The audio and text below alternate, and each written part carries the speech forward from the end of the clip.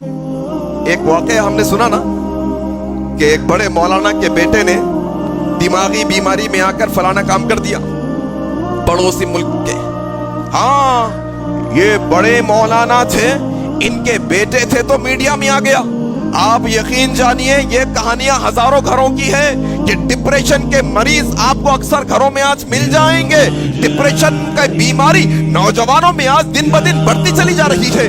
کیا کر رہے ہیں؟ لے جا رہے ہیں دواخانے میں, نیند کی گولیاں کھلائی جا رہی ہے. نیند کی گولیوں پہ نیند کی گولی.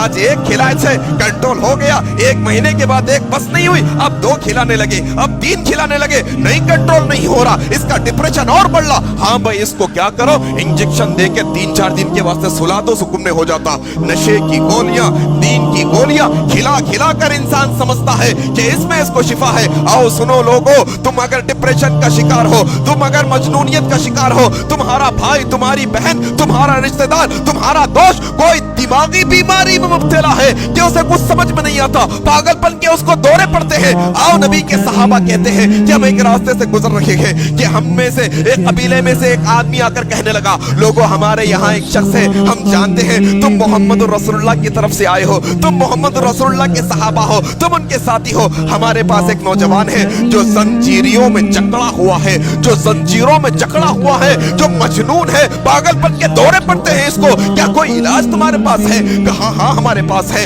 ایک صحابی کہتے ہیں ہم گئے وہاں پر, ہم نے اس کو سورۃ الفاتحہ دم کی, ہم نے اس پر سورۃ الفاتحہ دم کی. ہم ہر روز 3 دنوں تک صبح و شام اس پر سورہ فاتحہ دم کر دیتے, جو مہینوں سے پاگل پن کے دورے میں پڑا تھا, زنجیروں سے جس کو بند کے رکھا گیا تھا. نبی کے صحابہ کہتے ہیں کہ 3 دن ہم نے لگاتار سورہ فاتحہ کی تلاوت کی, اس پر دم کیا, اللہ نے 3 دنوں میں اسے شفائے کاملہ عطا کر دیا.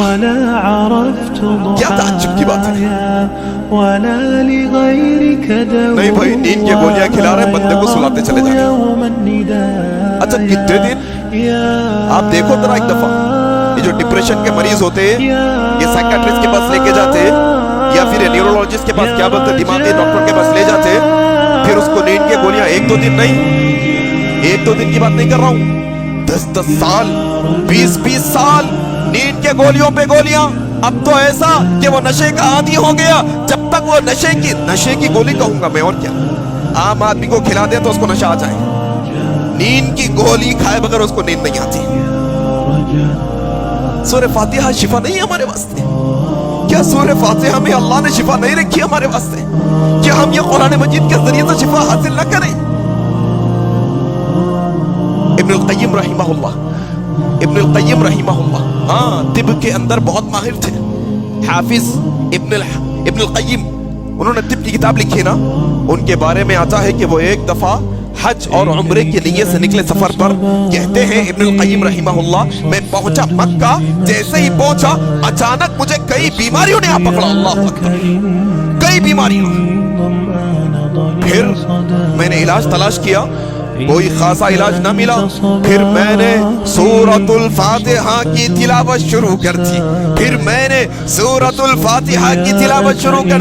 حافظ ابن القیم رحمہ اللہ کہتے ہیں لگاتار میں سورہ فاتحہ کی تلاوت کرتا گیا کہ چند ہی دن گزرے تھے کہ اللہ نے ساری بیماریوں سے شفا عطا کر دی مجھے. اللہ اکبر, دوا گولی کی ضرورت نہیں میرے ساتھیوں, قرآن مجید میں شفا ہے مومنوں کے واسطے, اللہ نے شفا رکھی ہے.